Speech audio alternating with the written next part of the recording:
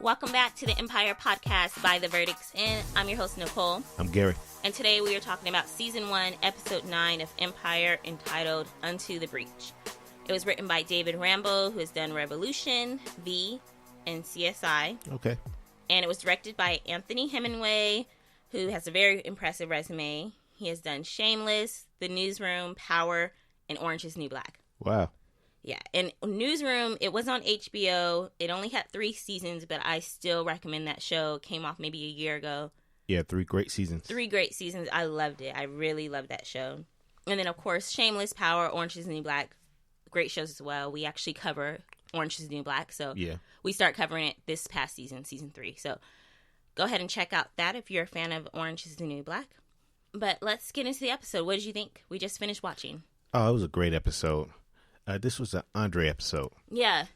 And it lets you know that if Andre don't take his medication, he is out of his damn mind. Right. But, it's not all bad because he's out of his mind in a good way also. Mm-hmm. Being like, when he took control of the meeting, he was on point, on cue.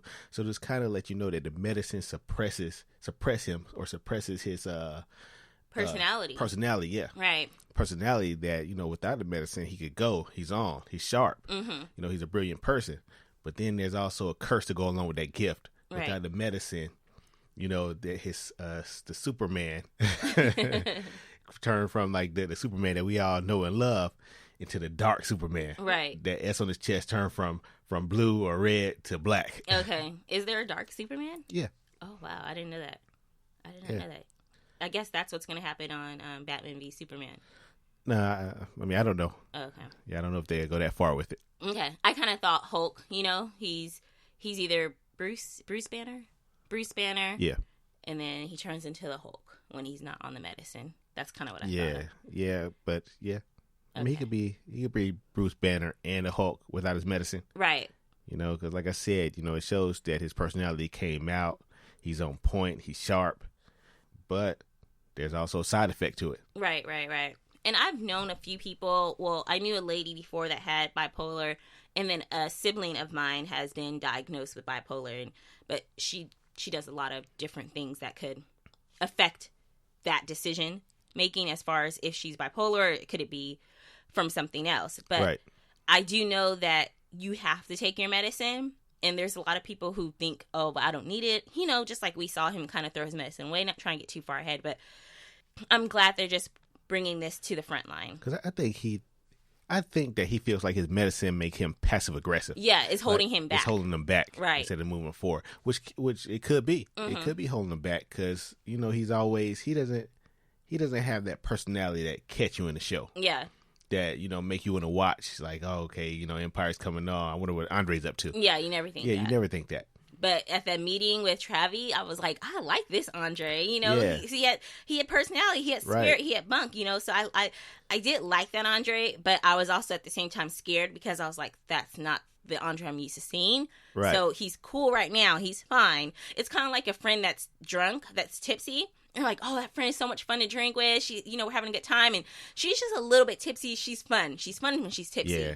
But then she keeps drinking more, and she becomes more than tipsy. She becomes like Fallout drunk. Going to Fallout drunk or the crying mode. Right, crying mode or texting ex-boyfriend. It's just like, everyone has that friend. It's like, oh, God. Or, it's just, it went from fun to like not so fun. So that's what I thought of Andre. It was like, oh, he was the tipsy friend. All right, so the episode was really good. It started off as a normal episode. Just, we see Anika and Lucius, they're planning their wedding. And I was at first surprised because I was like, what is Nika doing back? Yeah.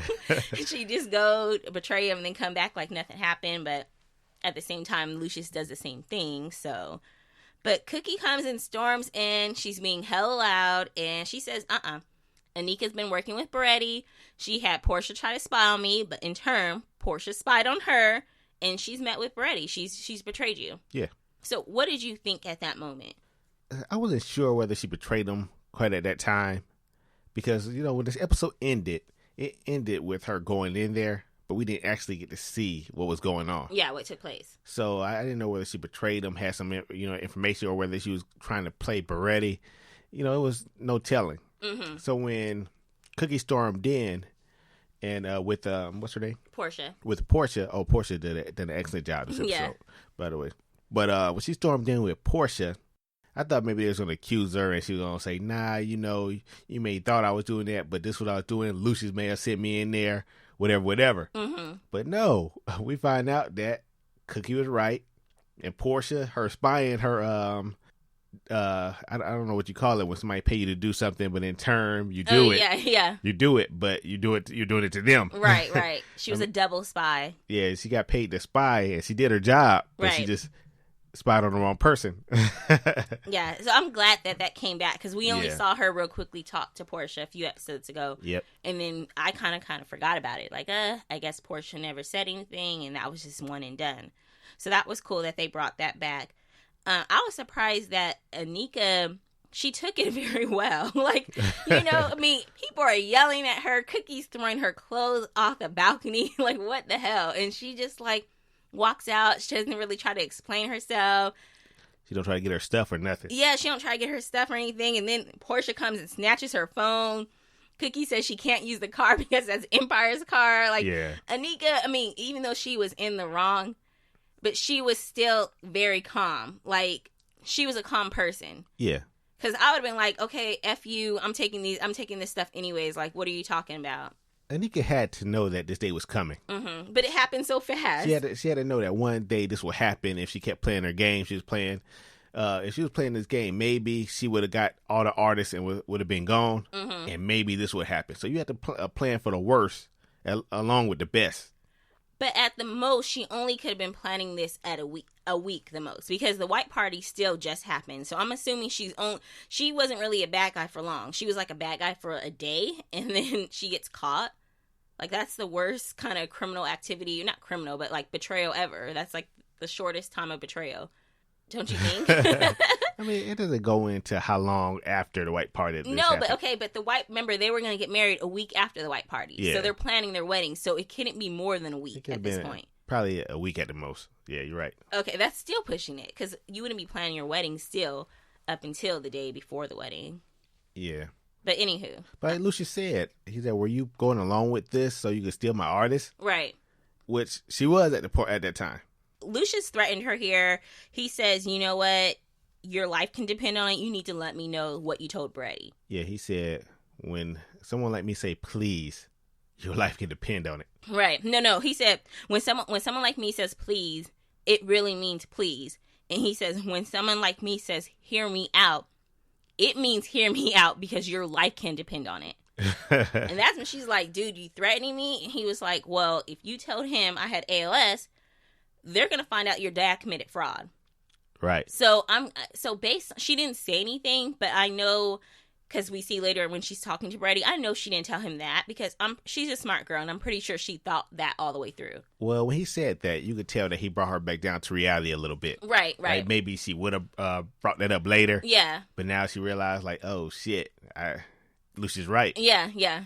She did have that. She definitely had that look. Like, I didn't tell him yet, but I was planning on it. Yeah. So, like, I'm already about to lose this family.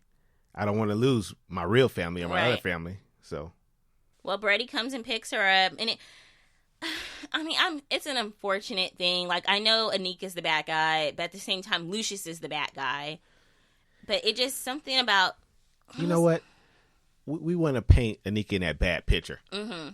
But we find out at this moment, this scene, that they've been together for 6 years. At minimum 6 years. Because she said 6 years. Oh, she said 6 years? Okay. So we find out that they've been together for, because we were trying to guess. Mm-hmm. We was like, maybe it's 10 years, maybe it's 5. Somehow or another, we find out there was 6 years. Yeah, well, I know Delphine's manager later on in the episode says, 6 years ago, I brought her here to Empire, and your head of A&R turned her down. Yeah. And then Lucius said she's not with us anymore. Right. Which still doesn't mean that they've been together 6 years, but she's been working there for a minimum of 6 years. Yeah, true. So that's, maybe, and she was already the head of A&R, so maybe they were together. But who knows? They've been together for a long time. So this scene was played out well. I think the show was played out well because we still look at her as the bad guy. But one point she made in this, and I wrote it down. Mm-hmm. She said, "This is not me. I am not this treacherous person." Right. is that you turned my love into this ugly, twisted thing. Yeah, and you mentioned that in the last episode that Anika was not like this in the beginning. Right. And like I said, I kind of felt sorry for her because I don't know what I would do in that situation. I probably would have broken up with Lucius. I wouldn't have forgiven him all those times. I would have broken up, but I probably would have still worked there. And then if I didn't work there, it wouldn't be leaving on some sneaky tip. It would just be leaving. The thing is, that's easier said than done. That's true. You can't break up with somebody and just see them every day. I mean, remember, we worked with somebody like that before. Yeah, we did. When we first met, when me and Nicole first got together, we worked with a couple. They were together. They were in love. Everybody loved seeing them together. Then they broke up. And now it's like people got to switch sides. And they weren't together. One of them always crying. Yeah. This was, it's an ugly situation. Mm-hmm. So no one want to be put in that situation. So you could say that I would have broke up with them, but I would have stayed there. That's easier said than done. No, that's a hard thing to do, is work with somebody that you may still have feelings for or used to have feelings for. Right. I agree. So her back it's like her back is against the wall. If she still want to work, she needs to move on. I don't know about moving on to your fiance's arch rival or his main enemy out of his enemy of enemies. Yeah, yeah. But I can see you moving on. But another thing I'm explaining, that when a woman's fed up, she's fed up. When she breaks up with you, or if you do something wrong to her, she's not gonna try to just hurt you with a little bit of words. She try to kill you with words. Mm-hmm. She bring up your darkest secrets. Say something that'll hurt your feelings. That's true. Women, she do something that cuts deep. And that's what Anika is doing. She's doing something that is going to cut him deep. Yeah. Because what else is going to work on Lucius? Lucius don't really care about much. Well, yeah, because actually for a second, it looked like Lucius was trying to win her back, like, please, please.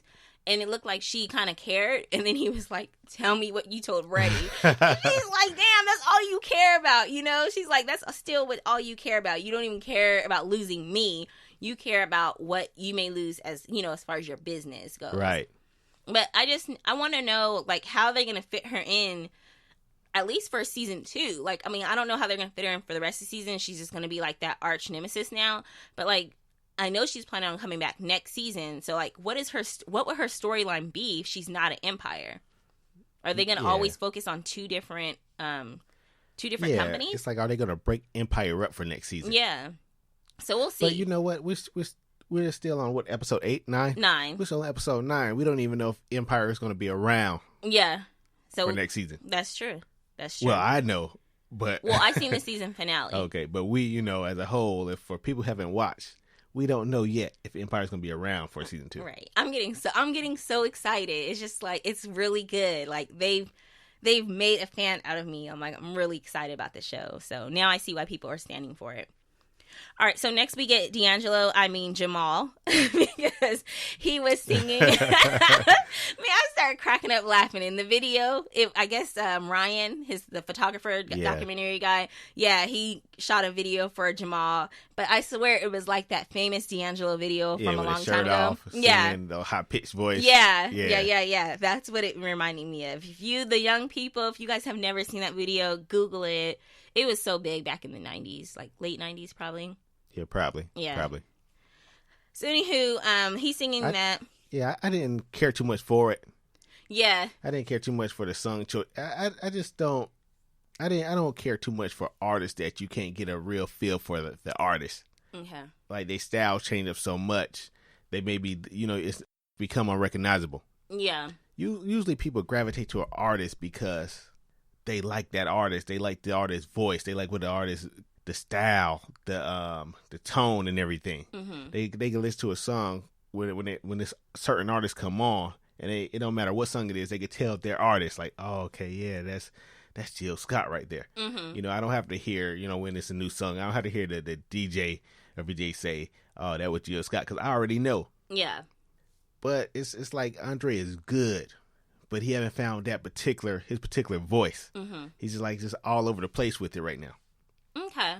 And I see what you mean. Like, we'll take the Pink, the artist. When she first came out, she was kind of doing more like hip hop R&B type stuff. Oh, soulful music. Yeah. And then like she switched kind of like punk rock, so it was weird at first. I'm like, that's the same person, but everyone soon has to find their voice. Right. And even Beyonce, I love Beyonce, but when we heard her latest album, the newest one, Beyonce, when I first time listening to it, I'm like, I liked it, but I'm like, this doesn't sound like Beyonce. Like, not the Beyonce I knew, but it's just that she got older and she's trying something. I mean, it was not like so far. It was not like, oh my gosh, this is so far off from Beyonce. It was just like, it didn't sound like her typical self. Right. It didn't sound recognizable. Right. Because even if you listen to the newest album compared to her first album, which of course she's probably like 20 on her first album, 30 on her second album, you know, there's a big age difference there. She's changed. But at the same time, they're very different tones of music. She's, you know, those first Beyonce CDs you can let your kids listen to. Like this last one, you wouldn't let your kid listen to. Right. So, not downing it. I love Beyonce. But yeah, that's cool. I mean, it's nothing wrong with growing up. Mm-hmm. And Beyonce, she went from like just I guess a youthful, soulful type movement. Yeah. To now she's grown and sexy. Yeah. She's on this new movement. Which is nothing wrong with that, because she's growing up like we're growing up. Right. So, you know, I'm talking about the people who styles that it's just unrecognizable, because Jamal just, you know, we heard a couple of songs from him, you know, throughout the season. Mm-hmm. And all his songs are, oh, he have a nice voice, is recognizable. I could recognize Jamal from anywhere. Mm-hmm. Oh, that's my song. That's Jamal on it. And then you come with this high-pitched song. Yeah. That's just... Like you said, it was a D'Angelo. Yeah. It wasn't him. Okay. And I'm going to bring another artist. Like, you know, he may not be as big as some of the other artists, like Beyonce or something, but Trey Songz. Okay. Any Trey Songz song that come on, you know it's him. But it's giveaways. Because all his music sounds the same to me. No, it's not because it sounds the same. But he's a recognizable artist. Well, Portia, she comes in and she tells Jamal, hey, we're at war. We need to come to Empire now. I'm laughing because remember like that first episode when they're trying to make us go to war. And we were laughing like, who talks like that? But they used the word war like 3 times in this episode. Yep. So it was But you know, now they're really at war. Yeah, because when we were watching, I was like, oh gosh. And Gary's like, well, now they really are kind of at war. So it's funny though. This ain't just some crazy sexy love song, and this ain't for just to get you in my bed. Well, Malcolm's fine ass is back, and he says he's gonna protect Lucius's company, and he was like a real soldier right there. He was so cute too. He's going to defend the empire. And he won't stop until all enemies are neutralized. The wording on that, I'm like, what the hell? Is this a video game? Like, that's what it sounded like. But I was like, okay, I'll let him slide. Is this the Empire Strikes Back or something? Right. Is this Empire TV show? Empire Strikes Back. But Andre, he throws his pills out, which we later on lead to his breakdown. Empire, now they're trying to keep their artists. They're on war mode. Everyone's on the phones, everyone's in grind mode, everyone's at the office. And we see people get escorted out the office. Oh, really? Yeah. Okay, maybe I was taking notes. I didn't notice. Yeah, they was escorting people out. I guess the people, because they said they went through phones and all records, all, I guess, emails. I guess anything that's Empire property, they were checking. I don't know about checking phone records. Well, they said checking phone records. But if it's an employee, if it's a company phone. Yeah, okay, yeah, I guess it was, yeah, you're right. But that's what they were doing. So I guess they were just weeding everybody out. Okay. If she made contact with you, or if you was in contact with her in any shape or form in the last 2 days, yeah, then you're out of here. Right.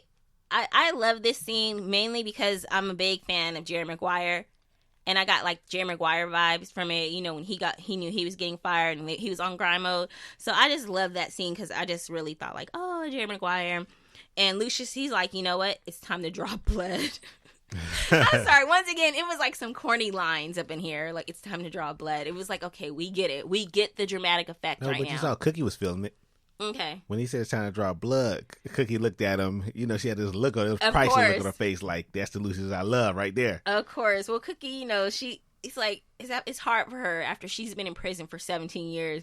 She still kind of got that, What's that movie?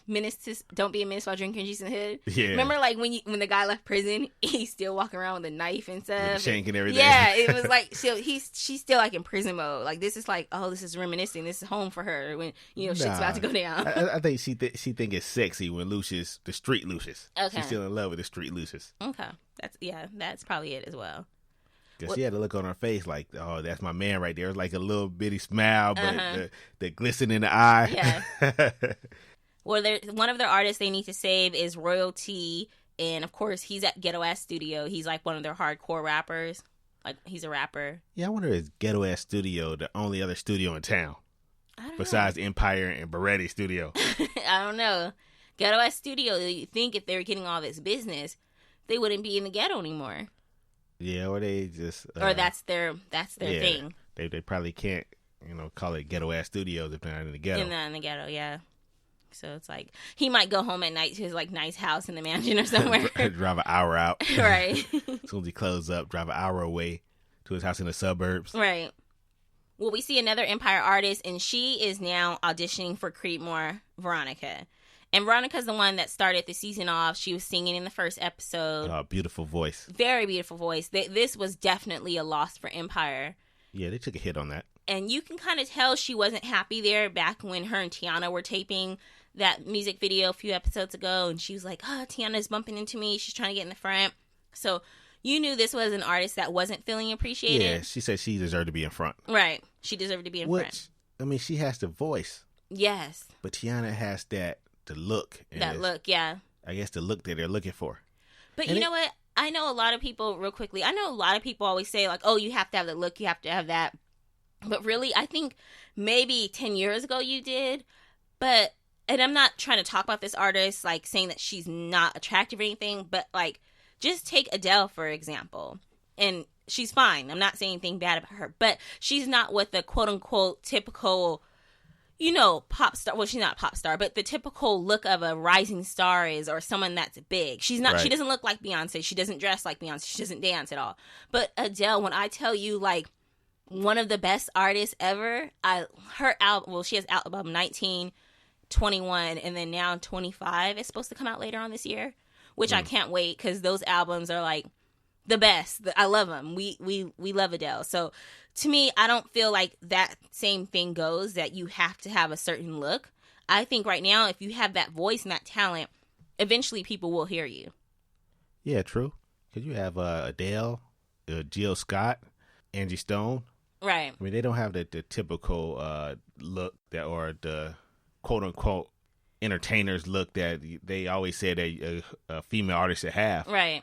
But they have the most amazing voices and the most beautiful music. I mean, you can't deny them. Can't. I highly recommend Adele. I love her. She's really Adele good. Is good. Well, Brady says, yeah, I'll put you on top. I'll do more for you in a week than Lucius ever did in a year. But he also says to Anika, he says he wants Tiana as well. Well, when somebody's at war, quote unquote, you can't really trust what they say. You can't. They're gonna do anything to win you over. And next thing you know, you're put back on a bookshelf like the rest of their artists. Right. You really got to do your homework. You can't base all your research or base your decision on everything they said in that room at the time. You got to really do your research. Because, I mean, these are big contracts you're signing. You're signing your voice away. Yeah. They own your voice now. You may not be able to use your voice for... And I guess it all depends on what deal you sign also. But let's say they don't want to put you out. They don't want to put your music out. There's nothing you could do about it. I mean, you could try to sue them or whatever. But this is like the biggest decision you're making of your life. So you can't really base that on everything they tell you right then and there. Right. Because they're going to tell you you're great. You're awesome. Oh, man, we're going to make you a star. You're going to be the biggest thing walking around this place. They're going to tell you everything that's going to get you your engine purring. No, yeah. Get you over there. So I hope this come back up later if they have time to touch on this, like what they actually done for. Was Kanye ever on the song? yeah, because they said Kanye would sound good there. All right, so Andre, he comes up with the idea that with hookers and blow, they can keep some of their artists. And Jamal, I'm glad Jamal speaks up. He's like, this is not what Empire is about. And Jamal and Lucius kind of go at it. Lucius is like, well, if you didn't have your little freak show at the white party, this wouldn't be happening. And Jamal's like, no, if you you know how to keep your penis in your pants, this wouldn't be happening. And it made me love Jamal even more because every time he talks, he speaks truth. Pretty much every time. And I love every time he talks. And he shut Lucius up real quick. Because for even Lucius to try to blame it on Jamal, even just a little bit, was crazy.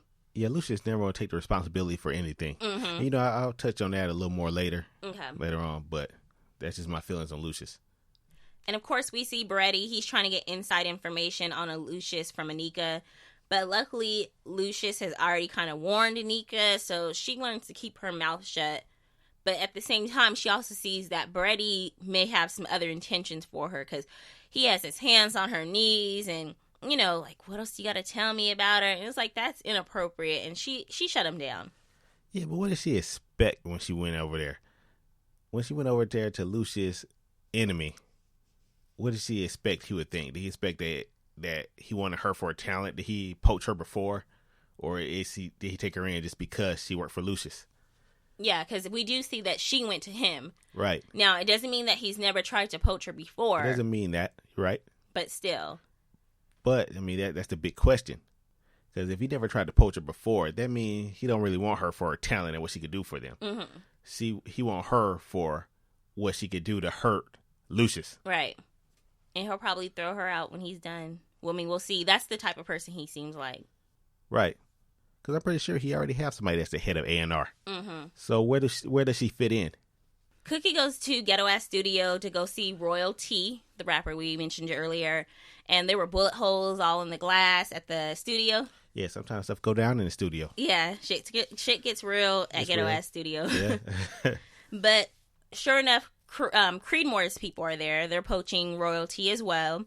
And she makes a drinking bet with them that we see later go on later down in the episode. Yeah, first she calls the guy a Mark.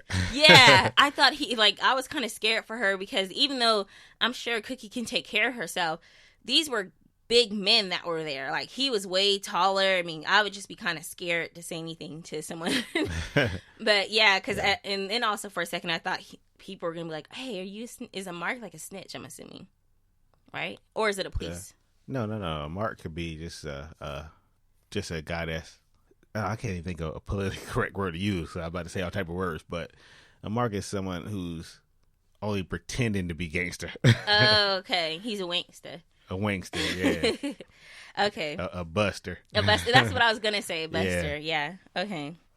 All right. So Lucius, Andre, and Hakeem all go to see Travi. I guess Travi's another artist of theirs, Empire artist, or Travi comes to see them because I think they were still at the Empire. Yeah, because Travi is not an Empire artist. Okay, what is he exactly then? He's independent. He's an independent artist. Okay.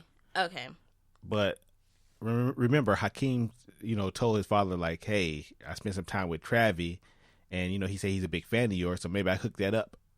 Oh, okay. I was probably not paying attention. All I know is this is where Andre gives his pitch, and he was a rock star. Oh, yeah, he blew it away. Yeah, and because it looked like Travi, he kept saying, no, why would I, which kind of makes sense with the way things are now with technology. Why pay you guys when I can release it all on my own? And it doesn't have to be on streaming sites for free. And I'm not making any money off my music. So Andre's like, you know what? Guy kept saying 30%. I don't want to pay you guys 30%. Andre's like, you know what? We can cut that in half and we'll all still make money. Yeah. Andre went hardcore there and I loved it. He went hardcore. And Travi shakes hand. He didn't have a restraint of his medication holding him back. Right. And Travi, he shakes their hand. He agrees. He says, all right, cool. Which I'll make it clear, I don't condone not taking medication. Right.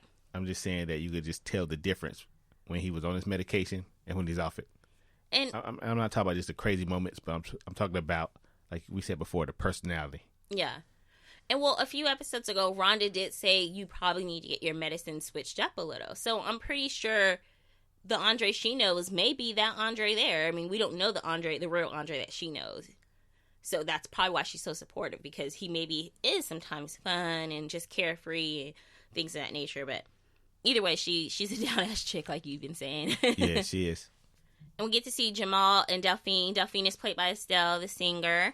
And they're meeting up. And Jamal, he's calling your Lucius on the other line. He's like, hey, I'm meeting up with Delphine.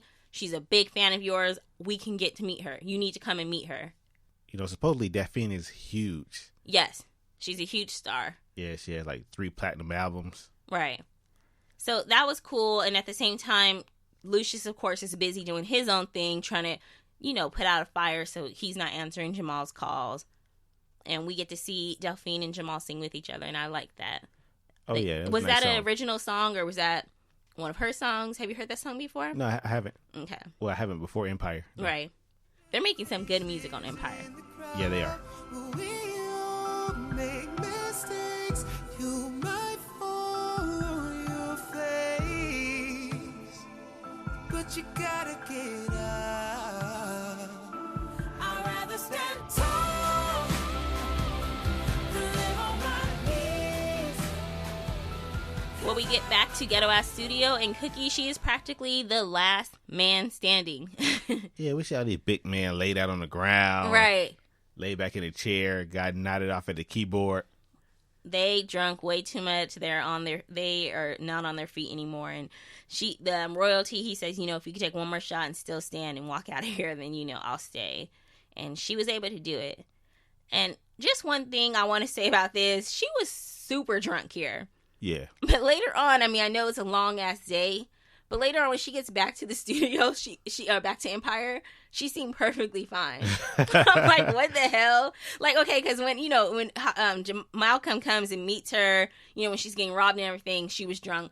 But by the time she gets back to the studio, she's yelling and, all in the conversation like normal. I'm like, hold on. You were just drunk your butt off a few minutes ago. Like, there's no way you're sober that quick. You just had alcohol poisoning a couple minutes ago. Yeah, there's no way. You would be out on your ass, like, at least for, if not the rest of the day, at least for several more hours.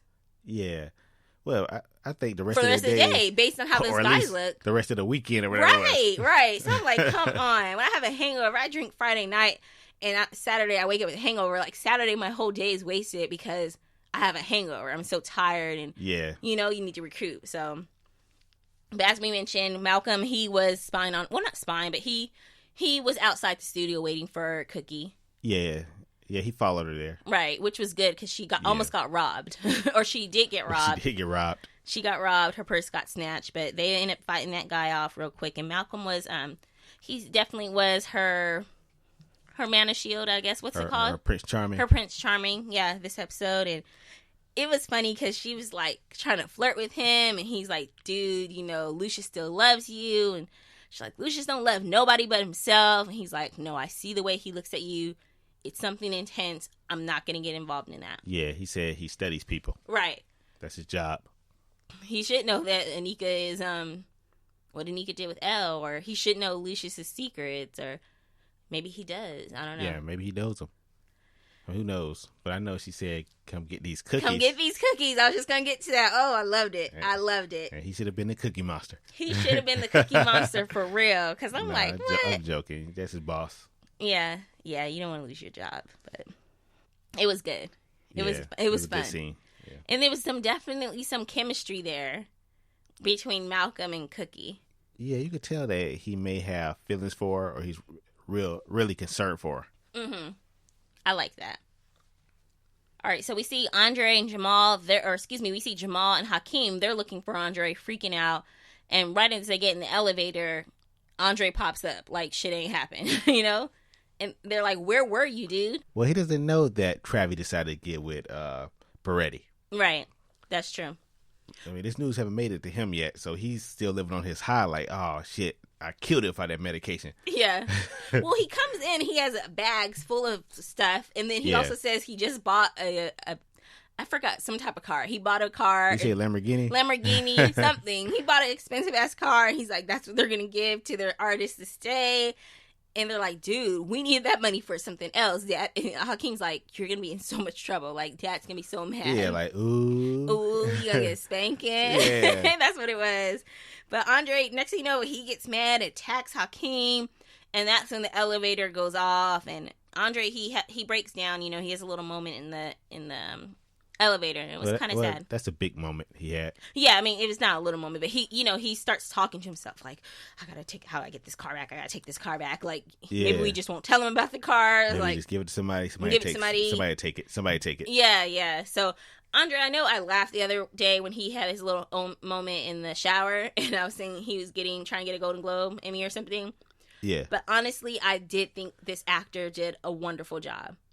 Oh, yeah, he did a great job. What's his name? Like Trey, what is his name?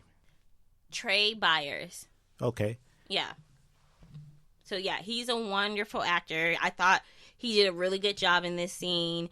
It was very believable. I mean, even just going to the next scene when they show him again in the elevator, that longer scene, he just did a really good job. It was definitely... Yeah, this was definitely the Andre show. Definitely Andre show. So if you forgot about Andre or he was a non-factor before, not anymore. Surprise. He's here. All right, so guns are pulled between Lucius and Creedmoor's crew. They went real thug for this. It got real serious. And this part wasn't really believable.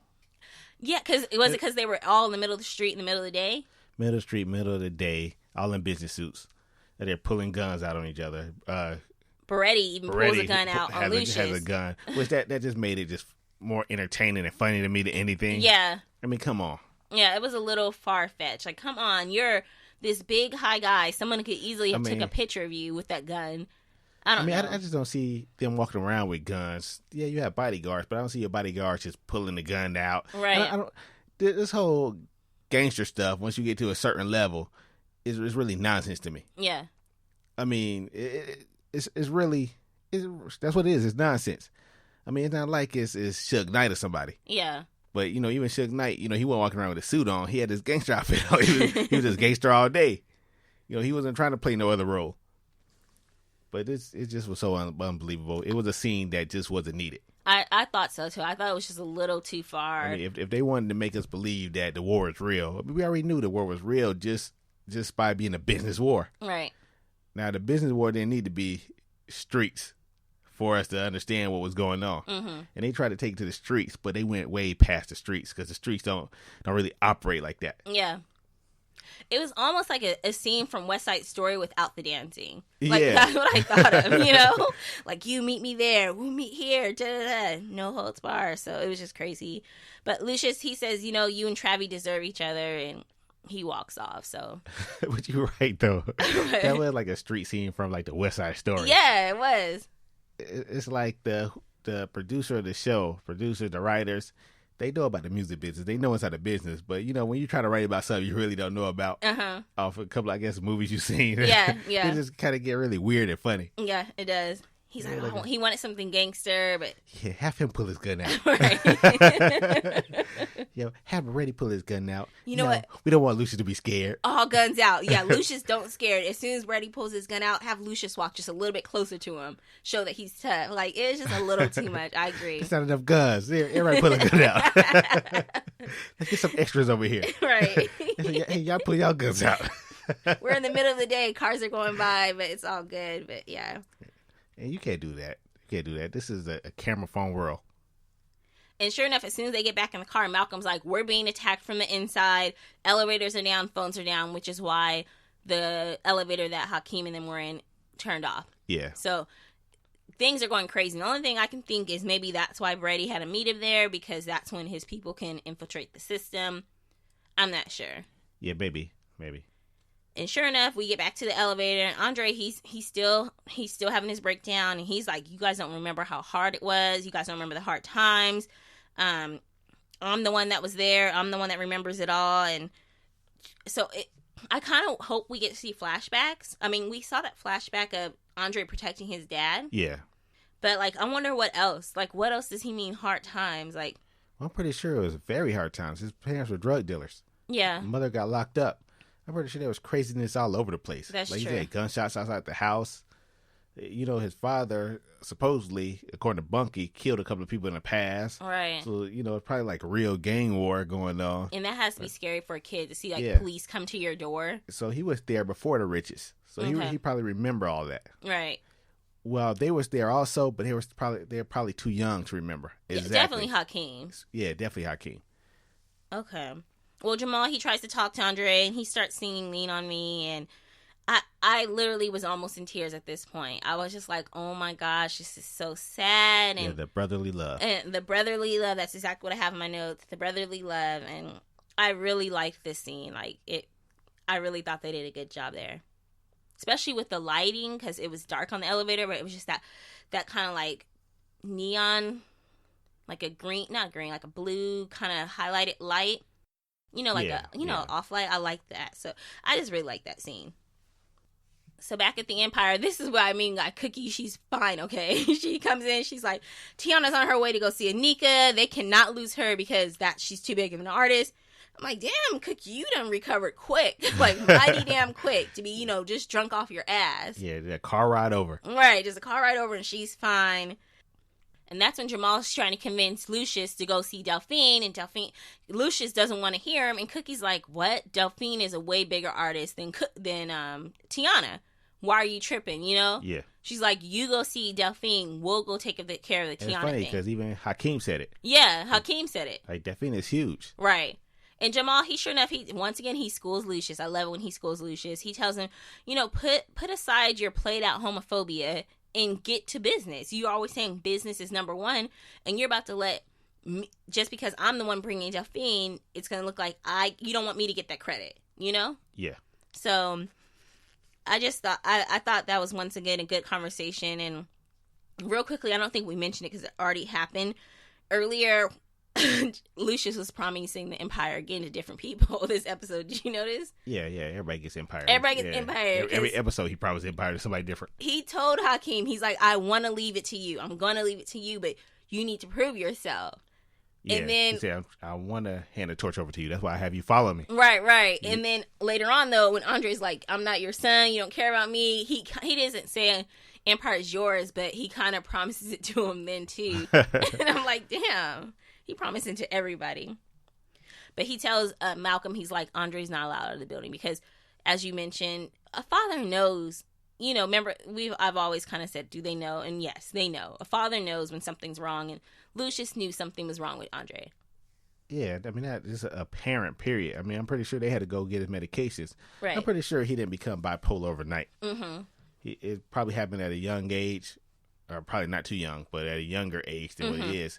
Where his parents had to be there, be involved in what was going on. Right. Had to, now he's married, have a wife, and now, he's grown. He takes over his own responsibilities. I'm pretty sure at one point, Lucius had to deal with that. Mm-hmm. Well, Hakeem, he goes and he sees Anika right before she can go see Tiana. And I thought it was sweet because he was telling her all these things like, you belong with us, you're our family, and this is not what we wanted. But we find out he was just distracting her from Cookie talking to Tiana. Yeah. And I kind of felt like, damn, Anika just can't catch a break. She's getting betrayed on all sides. But at the same time, Hakeem did say, I know he did you wrong, but I got to do right by him. Yeah. That's his dad, so at least he admitted that, it's not like I'm just defending him blindly. Yeah. Well, I can't say that she can't catch a break. I think that she just got stopped because she's going a little too far now. We're trying to get Tiana? Yeah, I mean, you already pulled a lot of artists. I mean, why even go after Tiana? And she said it also in the meeting. She said, why Tiana? Okay. But then again, Tiana was her client before Cookie got her. Yeah. But she's not anymore. So that's true. When Tiana, she says, she's thinking about going back with them, but she's like, she wants to be with Hakeem again. Which, when we were watching, I was like, Gary, that's weird. Like, she had a girlfriend who I thought she had real feelings for. Hakeem, I didn't think she had real feelings for. So, does she want to go back with Hakeem for that spotlight, or does she want to actually get back with Hakeem? I think she want to go back for the spotlight. She want that Hakeem again. Okay. She want everybody to say, oh, the Hakeem back on. Because she probably was, like, the most famous in her career during that little moment. Right. But he says he's still in love with Camilla. But the way he said that, does that mean him and Camilla broke up and he's still in love with her, or are they still together? I don't know. That was confusing me. Mm-hmm. They were just together last episode. Yeah, that conversation right there kind of confused me. But now that he don't have no mommy issues. Now he got his mama back. Yeah. But Cookie gave her some real advice. She said, you know what? Don't do it for a boy. Don't do it for this. Do it because you want to have your career. Do it because you want that big career, and that's what you're here for. Yeah. I'm pretty sure she has some feelings for Hakeem. She develop, because once you run around with somebody or play the role long enough, you're going to develop some kind of feelings. Right. I just wonder, though, like, I just wonder, like, Was it genuine feelings? Maybe she was greedy. Yeah. Maybe she wanted her cake and eat it too. Yeah, because I'm like, what happened to that girlfriend you seem to love? Yeah, she probably still got a girlfriend that she loves. Now she want to have her icing on top. Greedy ass. Delphine and Lucius and Jamal, they meet up, and that's like, as we mentioned earlier, she came to Empire 6 years ago but was turned away, and she says how much a big fan she was of Lucius, and that one of her favorite songs of his was You're So Beautiful. Yeah. So Lucius makes her dream come true, and he's like, hey, let's go ahead and sing it together. And before they sing, Gary was like, okay, so is Lucius a rapper or a singer? Yeah, that always confused me about the show. Because I see that they throwing a lot of songs his way. But at the beginning, they kind of made us feel that he was a rapper. Yeah. You know, they had him in all the hip-hop gear. You know, getting the mic together. And, he was supposed to be like gangster. But even in one of the flashbacks when he was a kid, it showed him rapping. Yeah, so it's like, who is this guy? I kind of compared it to, like, maybe he's like Drake. Drake raps and sings. Yeah, maybe he was, the first Drake, or who was the first one that did a rap and singing? Probably Ja Rule or somebody. Yeah, Ja Rule. So that's probably where Ja Rule got it from. Got it from Lucius. He got it from Lucius, yeah. Well, Cookie, Hakeem, they show up. Tiana shows up, and they all join in and sing You're So Beautiful. And that was a cool scene. Yeah, it was a beautiful scene. So you can assume that they did sign Delphine. Yeah, definitely. That she's joined the Empire. Well, our final scene of the episode is Rhonda. She's back at the Empire. Lucius shows up as well. And Andre, he's still in his moment, you know. He doesn't know what he's saying, what he's doing. And sure enough, he says to Lucius, you should be scared of me because I'm the one that knows you're a murderer. Yeah, he said, you know who you should pick. He said, yeah. You should pick the one that knows that you're a murderer. Right. And I was like, oh my gosh, damn, not Hakeem, damn, Andre. Yep. I was like, whoa, that's going too far. Is it? I mean, I don't know. I kind of thought of, once again, that drunk friend that says some shit that they shouldn't say when they've been drinking, you know? And that's kind of what I thought of. Like, damn, he said some shit that he shouldn't have said when he was drinking, even though he wasn't drinking. I mean, but I mean, he's right. Yeah. I mean, he has something over Lucius' head. He does. Well, he's held down. He's given a sedative, and they try to ask Lucius to sign a 48-hour hold on him. And this is where I want to go back to when I said I'll talk about it later. Lucius never wants to take responsibility for anything. Right. He doesn't want his hands to be wrapped, because all they wanted him to do was sign something saying they will hold him for 48 hours. And I know that's your child, and you don't want to be the one that have to make that decision. Because Lucius, they say, well, he didn't immediately say it. He kind of looked at it like his wife is over there. Mm-hmm. Like, he didn't want to get his hands dirty. He never say, you know, it wasn't me who made them hold you. Yeah. You know, it was that white girl. Yeah, white devil, whatever he wanted, you know. But Lucius never takes responsibility for anything that he do, and everything that's gone wrong since this episode started has been his fault. No, you're absolutely right. You know, because if he would have never cheated on Anika, well, we could go back further than that. Mm-hmm. When Cookie got out of jail, if he didn't set it, he should have set that boundary right away. Mm-hmm. Like, this is what it's going to be. I'm with Anika. You're going to be over here. No leading on, no roses, no this, no that. Letting Cookie come in his house, sit in Anika's seat, come in his house just making all that noise, like she runs things. Right. Another thing, if Lucius would have set Hakeem and Cookie down from the beginning, that little animosity wouldn't have went that far. Mm-hmm. So there's a lot of things that's happening that's Lucius' fault. Yeah. Yeah, you're absolutely right. And if Lucius was more open with his son, Jamal might not even felt the need to come out publicly. He came out really kind of because he was so pissed off at his dad. At that moment, yeah. At that moment. That was a spur of the moment type situation. Right. So there's a lot of things that is definitely Lucius's fault. Yep. And like Anika, she should have never had to feel that way. Mm-hmm. And that's why I said that what she said at the beginning was like the most powerful thing, because this is what I've been saying the whole time. I've been saying that she wasn't that person. Mm-hmm. That I never looked at her as a bad guy, because I never felt like she was just that little slimy character that was real sneaky and just trying to trying to play Lucius. Right. She was in it for the money. I never felt that way. I feel like and like they said, like, and she made it known when she met Cookie, like, I came from money. Yeah. I'm good at my job. I'm educated. Right. So. Definitely a good episode. I very, very much enjoyed it. We only have a few more episodes left. We would still love to hear from you guys. You can send us an email to empire@theverdictsend.com. That's empire@theverdictsend.com. And check us out on our website, theverdictsend.com. Theverdictsend.com. And check out our other shows. Orange is New Black. Our first one, it was Game of Thrones. Ballers. Wayward Pines. Fear the Walking Dead. Oh, yeah. We're now doing Fear the Walking Dead, yeah. which is a great show. So go ahead and subscribe to our website. Get our news feeds. See what we have coming on next. Get the shows before anybody else do. Definitely.